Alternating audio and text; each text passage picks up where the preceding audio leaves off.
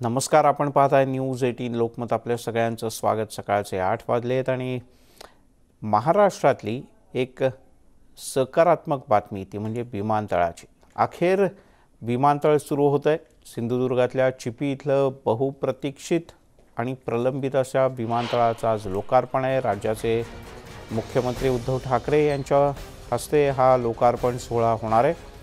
सिंधुदुर्ग जिल्ह्याच्या पर्यटन विकासात गेम चेंजर तसंच गोवा विमानतळाला पर्याय म्हणून सुद्धा चिपी विमानतळाकडे पाहिलं जात आहे. दुपारी 1 वाजता विमानतळाचं लोकार्पण होणार असून यावेळेला मुख्यमंत्री उद्धव ठाकरे आणि केंद्रीय मंत्री नारायण राणे हे एकाच मंचावर दिसतील.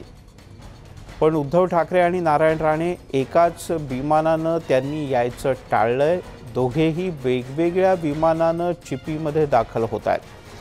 केंद्रीय मंत्री नारायण राणे, उद्योगमंत्री सुभाष देसाई, खासदार विनायक राऊत, अनेक आमदार, IRB आणि MIDCचे अधिकारी आणि प्रवासी एकाच विमानानं प्रवास करतील. तर दुसऱ्या खाजगी विमानातून मुख्यमंत्री उद्धव ठाकरे, उपमुख्यमंत्री अजित पवार, महसूल मंत्री बाळासाहेब थोरात, पर्यावरण मंत्री आदित्य ठाकरे हे प्रवास करतील.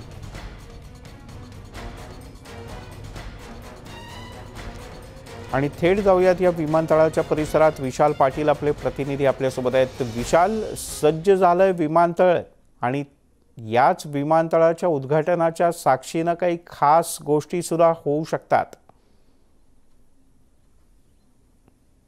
मिलिंद सर, नक्कीच. खरं तर विमानतळाचा आज लोकार्पण सोहळा जो आहे तो होणार आहे. मात्र जरी हा लोकार्पण सोहळा होत असला तरी राजकीय श्रेयवादाची लढाई जी आहे ती आपल्याला पाहायला मिळेल आणि त्याचाच अनुभव जो आहे तो एअरपोर्टच्या ह्या संपूर्ण परिसरात आपल्याला पाहायला मिळतोय.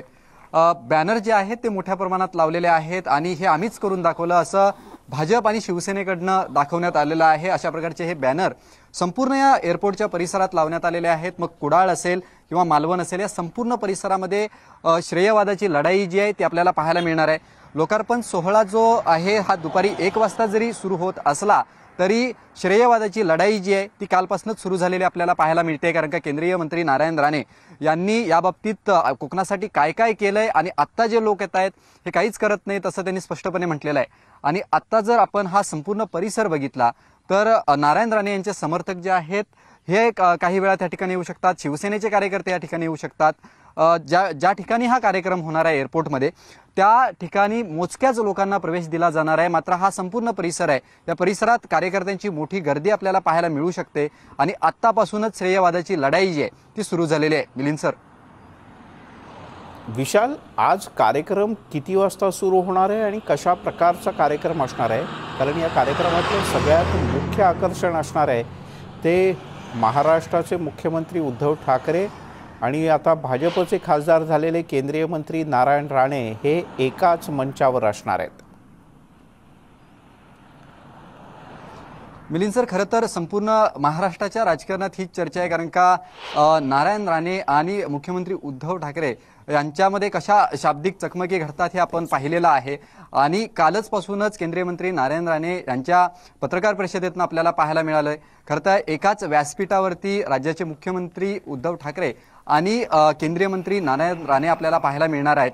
आणि या संपूर्ण दोन्ही नेत्यांची भाषणं सुद्धा या ठिकाणी होणार आहेत. या भाषणांमधनं जे ती टोलेबाजी होऊ शकते.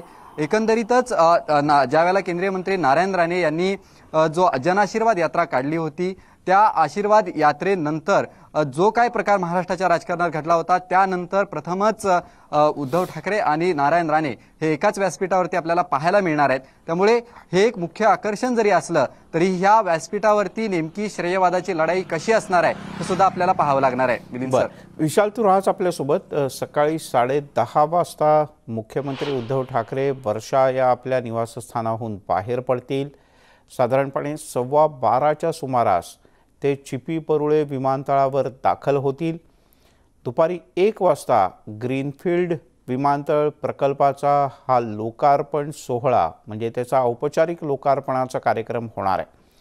दुपारी 2:30 वाजता मुख्यमंत्री हे मुंबईच्या दिशेने रवाना होतील. 3:45 त्यांचं मुंबईत आगमन होईल. त्यानंतर दुपारी 4:15 वाजता वर्षा या शासकीय निवासस्थानी मुख्यमंत्री पोहोचतील। अशा प्रकारचा मुख्यमंत्र्यांचा आज दिवसभराचा कार्यक्रम आहे। या चिपी विमानतळाची काय काय वैशिष्ट्ये आहेत ती आपण एकीकडे पाहूयात। 274 हेक्टर जागेवर हे विमानतळ उभारण्यात आलेलं आहे। 10,000 चौरस मीटरचं भलं मोठं टर्मिनल इथे तयार आहे। 180 प्रवासी क्षमतेची विमानं इथे उतरू शकतात। विमानतळाची धावपट्टी ही 60 मीटर रुंद आहे। विमानतळाची लांबी ही 2.5 किलोमीटर इतकी आहे। सध्या 3 विमानं इथं उभी राहू शकतात अशा प्रकारची सोय आहे। म्हणजे जो हँगर आहे तो एवढा मोठा आहे की 3 विमानं इथे पार्क करता येतील। दुसऱ्या टप्प्यात ही विमानं थांबवण्याची क्षमता 15 पर्यंत वाढवण्याचा प्रयत्न आहे। नाईट लँडिंगची सुद्धा व्यवस्था इथे आहे। ATC टॉवरचं काम सुद्धा पूर्ण झालंय। अर्थात त्याशिवाय विमानतळाला परवानगी सुद्धा मिळणार नाही। एवढ्या मोठ्या प्रमाणात जर का विमानं इथे येणार असतील तर ATC टॉवर हा आवश्यक आहे। कुडाळ, कसाल, सातार्डी महामार्ग हा विमानतळाला आता जोडला जातोय। त्यामुळे विमानतळाहून अवघ्या काही मिनिटांमध्ये तुम्ही महामार्गावर म्हणजे मुख्य हायवेला जोडले जाऊ शकता।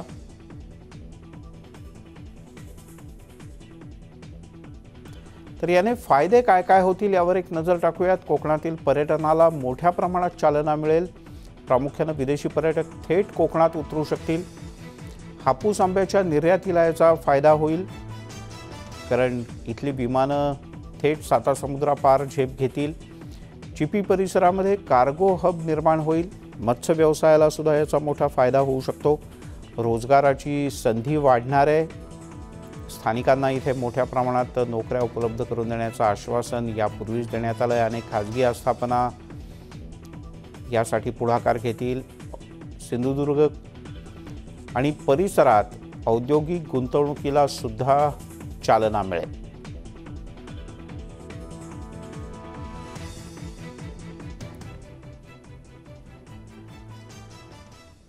विशाल पाटील आपले प्रतिनिधी त्या क्षणाचे प्रत्यक्ष साक्षीदार होणार आहेत जेव्हा महाराष्ट्रातले हे राजकीय विरोधक हे एकाच मंचावर येतील।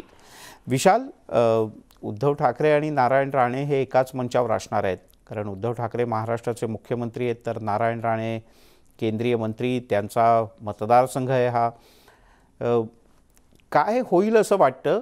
आज सकाळी इथे पोहोचल्यापासून कार्यकर्त्यांची काही तुझं बोलणं झालं असेल, स्थानिकांची, त्यांचं काय म्हणणं होतं? मिलिंद सर, खरं तर कार्यकर्त्यांची काल रात्रीपासूनच मी काही कार्यकर्त्यांशी बोललोय। कुठेतरी केंद्रीय मंत्री नारायण राणे यांचे कार्यकर्ते जे आहेत ते आक्रमक असलेले आपल्याला पाहायला मिळालेत, कारण का मानपान नाट्य जे आहे ते कार्यक्रम पत्रिकेवरनच आपल्याला पाहायला मिळालंय। विरोधी पक्षनेते आणि माजी मुख्यमंत्री देवेंद्र फडणवीस यांचं नाव जे आहे ह्या कार्यक्रम पत्रिकेत नाही आहे। अनेक नेत्यांना निमंत्रणं जी आहेत ती गेलेली नाही आहेत। त्यामुळे भाजपचे अनेक पदाधिकारी जे आहेत ते नाराज असल्याचं आपल्याला पाहायला मिळतंय आणि त्याच अनुषंगानं हे मानपान नाट्य जे आहे ते होताना दिसून येते। खरं तर हे जे होर्डिंग्स लागलेले आहेत या होर्डिंगवरचे असे आहेत की शिवसेनेकडनं जेवढे बॅनर लावण्यात आलेले आहेत त्या बॅनरवरती असं लिहिलंय की कोकणवासियांसाठी मान उंचवणारा हा क्षण आहे, आणि एक्झॅक्टली भाजपच्या बॅनरवरती असं लिहिण्यात आलेलं आहे की दादा तुम्ही करून दाखवलं। त्यामुळे या बॅनरच्या आशयावरूनच आपल्याला कळून येतं की कशा प्रकारची श्रेयवादाची लढाई जी आहे ती या संपूर्ण कोकण परिसरात आपल्याला पाहायला मिळते। आणि हा कुडाळ आणि अन्य जो परिसर आहे या परिसरामध्ये सुद्धा अशाच प्रकारची मोठी बॅनरबाजी जी आहे ती दोन्ही पक्षांकडनं करण्यात आलेली आहे। व्यासपीठावरती आता कशा प्रकारची भाषणं होतात हे पाहावं लागणार आहे, कारण का महाराष्ट्राचे मुख्यमंत्री उद्धव ठाकरे आणि केंद्रीय मंत्री नारायण राणे हे राजकीय कशा प्रकारे विरोधक आहे हे संपूर्ण महाराष्ट्राला सांगायची गरज नाहीये। मात्र आज नेमकं व्यासपीठावरती या दोन्ही नेत्यांची कशा प्रकारे भाषणं होतात हे पाहावं लागणार आहे मिलिंद सर। केंद्रीय मंत्री इथे येणं अपेक्षित होतं। ज्योतिरादित्य शिंदे येणार आहेत का? कारण सगळ्यात शेवटचं भाषण हे कदाचित त्यांचंही असू शकतं केंद्रीय मंत्री असल्यामुळे। आणि पोलीस बंदोबस्त किती तैनात करण्यात आला, म्हणजे कार्यकर्ते जर का मंदिराच्या मुख्य विमानतळाच्या मुख्य वॉलच्या बाहेरच्या बाजूला कार्यकर्त्यांना उभं राहून कार्यक्रम बघण्याची सोय केली असेल किंवा ऐकण्याची, तर कार्यकर्ते किती मोठ्या संख्येने इथे येऊ शकतात? नक्कीच मिलिंद सर, खरं तर याबाबतीतच मी हा संपूर्ण आढावा दाखवेन। हा जो मुख्य रस्ता आहे हा थेट विमानतळाला जोडला गेलेला आहे आणि समोर जो एक स्वागत कक्ष उभारण्यात आलेला आहे त्या ठिकाणून एंट्री असणार आहे। ज्यांच्याकडे पास असतील त्याच व्यक्तींना विमानतळामध्ये प्रवेश देण्यात येणार आहे। खरं तर कोरोनाची स्थिती आहे त्यामुळे मोजक्याच लोकांना आतमध्ये सोडलं जाईल असं सांगण्यात आलेलं आहे। सिंधुदुर्ग पोलिसांकडनं हे पास देण्यात आलेले आहेत आणि आपण बघू शकतो की आता काही गाड्या आपल्याला दिसायला लागलेल्या आहेत। कार्यकर्ते जे आहेत ते हा कार्यक्रम दुपारी 1 वाजता आहे त्यामुळे कार्यकर्ते आता हळूहळू येताना आपल्याला पाहायला मिळत आहेत। या ठिकाणी कोणत्याही प्रकारची व्यवस्था जी आहे बाहेर करण्यात आलेली आहे। कार्यक्रम या ठिकाणी तुम्हाला बघता येणार नाही, मात्र कार्यकर्ते मोठ्या संख्येने या ठिकाणी येऊ शकतात कारण का परिसर जर आपण बघितला तर हा संपूर्ण परिसर मोकळा असलेला आपल्याला पाहायला मिळतोय। त्यामुळे शिवसेना आणि भाजपचे कार्यकर्ते या ठिकाणी येऊ शकतात। पोलीस बंदोबस्तच्या बाबतीत जर बोलायला गेलं तर पोलीस या ठिकाणी तैनात करण्यात आलेले आहे। खरं तर सद्यस्थितीला कार्यक्रम सुरू होण्याच्या आधी आतील सुरक्षा महत्त्वाची आहे, त्यामुळे आतमध्ये या ठिकाणी पोलीस अधीक्षक गेल्याची माहिती मिळते, ते त्या ठिकाणचा आढावा घेत आहेत। खरं तर दुपारच्या सुमारास या ठिकाणी पोलीस बंदोबस्त जो आहे तो मोठ्या संख्येने तैनात होऊ शकतो कारण का कार्यकर्ते एक साधारणतः 11:30 किंवा 12च्या दरम्यान या ठिकाणी मोठ्या संख्येने येऊ शकतात। त्यामुळे पोलीस बंदोबस्त त्यावेळेला कशा प्रकारे डेव्हलपमेंट या ठिकाणी केली जाते ती पाहावी लागेल। मात्र एक आहे की दोन्हीही पक्षाचे कार्यकर्ते या ठिकाणी मोठ्या संख्येने जमण्याची शक्यता आहे। मिलिंद सर, विशाल, हा परिसर पुन्हा एकदा आपण प्रेक्षकांना आत्ताच दाखवूयात कारण आत्ता हा परिसर मोकळा आहे। नंतर कार्यकर्त्यांची जेव्हा गर्दीकडे होऊ लागेल त्यावेळेला फक्त गर्दी असणार नाही तर घोषणाही असतील कदाचित, आणि म्हणूनच कदाचित मोठ्या प्रमाणात पोलीस बंदोबस्त या परिसरात तैनात करण्यात आलेला असू शकतो।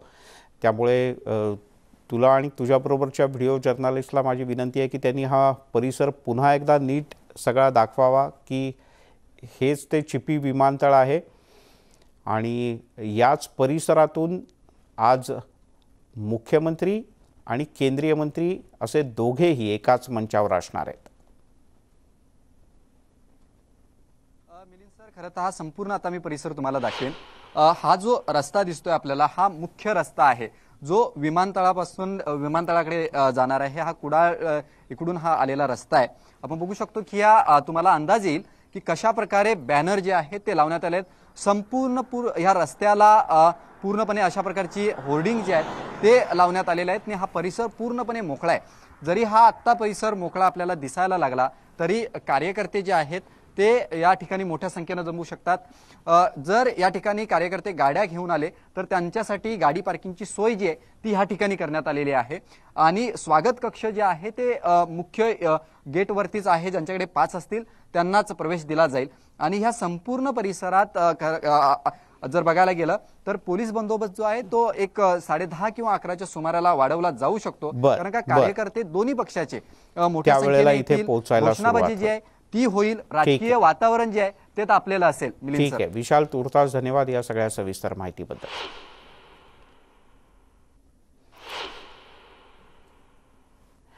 अवघ्या काही तासावर चिपी विमानतळाचं उद्घाटन येऊन ठेपलंय। गेली 20 वर्ष गणपतीला विमानानं कोकणात जायचं असं स्वप्न अनेक चाकरमानी बघत होते। अखेर चिपी विमानतळावरून आज पहिलं विमान उड्डाण करेल। चिपी विमानतळावरून श्रेयवादाची लढाईसुद्धा मोठी रंगली होती आणि उद्घाटनाचा वाद असो किंवा नारायण राणे विरुद्ध ठाकरे असा राजकीय आणि सर्वच प्रकारचा संघर्ष, अखेर या श्रेयवादाच्या लढाईनंतर चिपी विमानतळाचं उद्घाटन आज होतंय। मात्र या उद्घाटनाच्या निमंत्रण पत्रिकेवरून सुद्धा नवीन वादाला तोंड फुटलंय। केंद्रीय मंत्री नारायण राणे यांचं नाव उद्घाटन पत्रिकेत 3ऱ्या क्रमांकावर असल्यानं नारायण राणे नाराज आहेत, तर उद्धव ठाकरे यांनी मात्र राणेंकडे दुर्लक्ष करत कोकणच्या विकासाकडे भर देणं पसंत केलंय।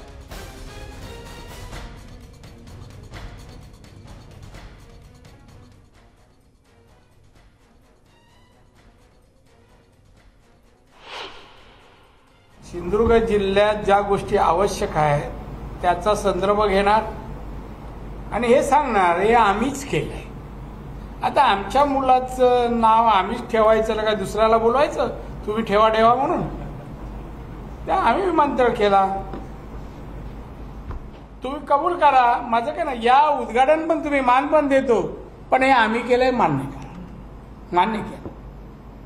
आणि त्यामुळे माझं त्यांचं तसं काही वैर नाही, पण काही न करता जे मिरवतायत ना, काही लायकी नाही त्यांची हो त्या पदाची, पण ते मग आपल्याला पटत नाही. त्यामुळे माननीय उद्धव ठाकरे हे येऊ दे, त्यांचं स्वागत आहे. वाटल्यास पाहुणेचार करू सिंधुदुर्गातल्या मावऱ्याचा, माझ्याचा. नेमकं माझं नाव किती बारीक आहे झालंय बघा. आपोआप शाही माहित नाही का हे झाली काय. हे बघा, माननीय उद्धवजी ठाकरे, ज्योतिरादित्य सिंधिया, नारायण राणे. आता मी राजकारणात आणि प्रोटोकॉल प्रमाणे मंत्री या दोघांपेक्षा सिनियर आहे, तरी पण नाही फॅक्ट आहे, प्रोटोकॉल पाळला जातो अशा कार्यक्रम. तरी महाराष्ट्राचा मान म्हणून मुख्यमंत्र्याला पहिलं स्थान मान्य आहे. ते महाराष्ट्राचे मुख्यमंत्री, आपण तेवढा मान देतो. नावाच कोण आहे याला संबंध नाही. त्यामुळे यावरनं अंदाज येऊ शकतो की नारायण राणे आज काय बोलतील. तिकडे चिपी विमानतळाचं उद्घाटन होण्यापूर्वी जोरदार बॅनरबाजी सुद्धा झाली. भाजपच्या बॅनरबाजीला भीक घालत नसल्याचा टोला खासदार विनायक राऊत यांनी लगावलाय. तर विमानतळासाठी ज्या ज्या जमीन मालकांच्याकडून एकरी 600 रुपये दरानं जमीन घेण्यात आल्या त्यांना जास्त मोबदला देण्याचा प्रयत्न केला जाणार आहे. मुख्यमंत्र्यांच्या सोबत चर्चा करून जास्त मोबदला देऊ अशी माहिती पालकमंत्री उदय सामंत यांनी दिली.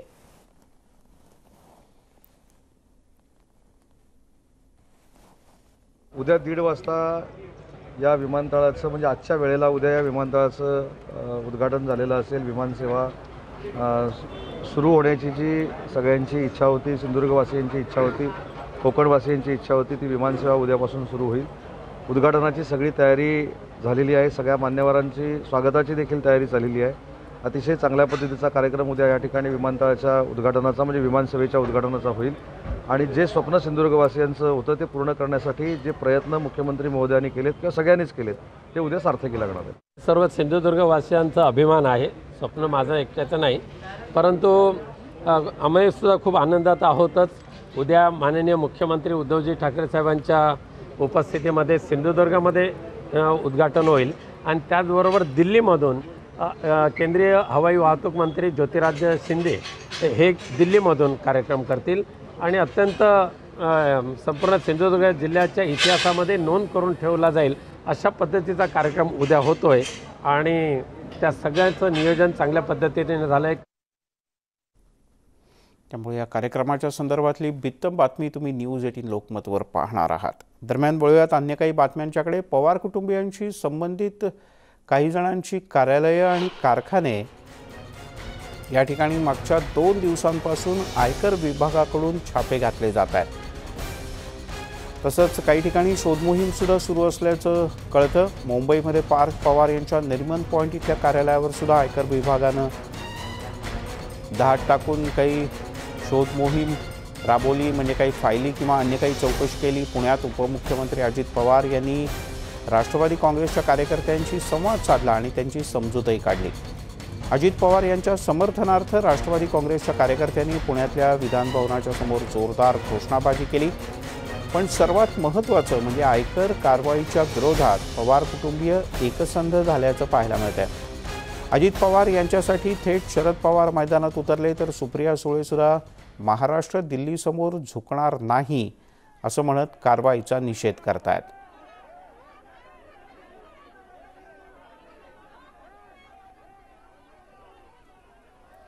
पार्थ पवार काही सरकारने पाहुणे पाठवले होते, ते पाहुणे येऊन गेले. पाहुण्यांची चिंता आपल्याला नसते, कारण आपलं काही खोटं चिंतत असेल.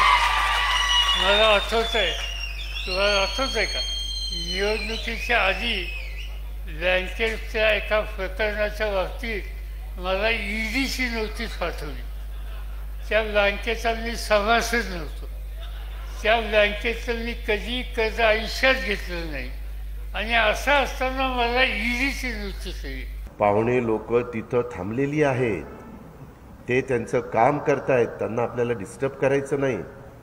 त्याच्यामुळं त्यांचं एकदा काम झाल्यानंतर पाहुणचार घेऊन ते गेल्यावर काय सांगायचं ते सांगतो ना. मी कुठं पळून जात नाही. मला कुठलेही प्रश्न विचारा, माझ्याकडे प्रत्येक प्रश्नाचं उत्तर आहे. कारण माझी भूमिका अतिशय स्वच्छ असते. मी अतिशय सरळमार्गी काम करणारा कार्यकर्ता म्हणून माझी ओळख आहे आणि मी आर्थिक शिस्तीचा आहे. मीच राज्याचा टॅक्स बुडू नये कुणी म्हणून नेहमी आव्हान करत असतो. माझे नातेवाईक आहेत, ते फक्त दादाचे नातेवाईक नाही, दादा आणि मी आमच्या दोघांचे ते सगळे नातेवाईक आहेत. आणि नातेवाईक असं नाही, आमचं जॉईंट फॅमिली आहे, एक कुटुंब आहे आमचं. पण संघर्ष करणं हीच पवारांची खासियत आहे. आणि मी नेहमी सगळ्यांना सांगते, कितीही दिल्लीने त्रास दिला तरी महाराष्ट्राचा सह्याद्री हा कधी दिल्लीच्या तख्तापुढे झुकला नाही आणि कधी झुकणारी नाही. यासोबतच बुलेटिनमध्ये घेऊयात एक छोटासा ब्रेक. ब्रेकनंतर अन्य काही महत्त्वाच्या बातम्या.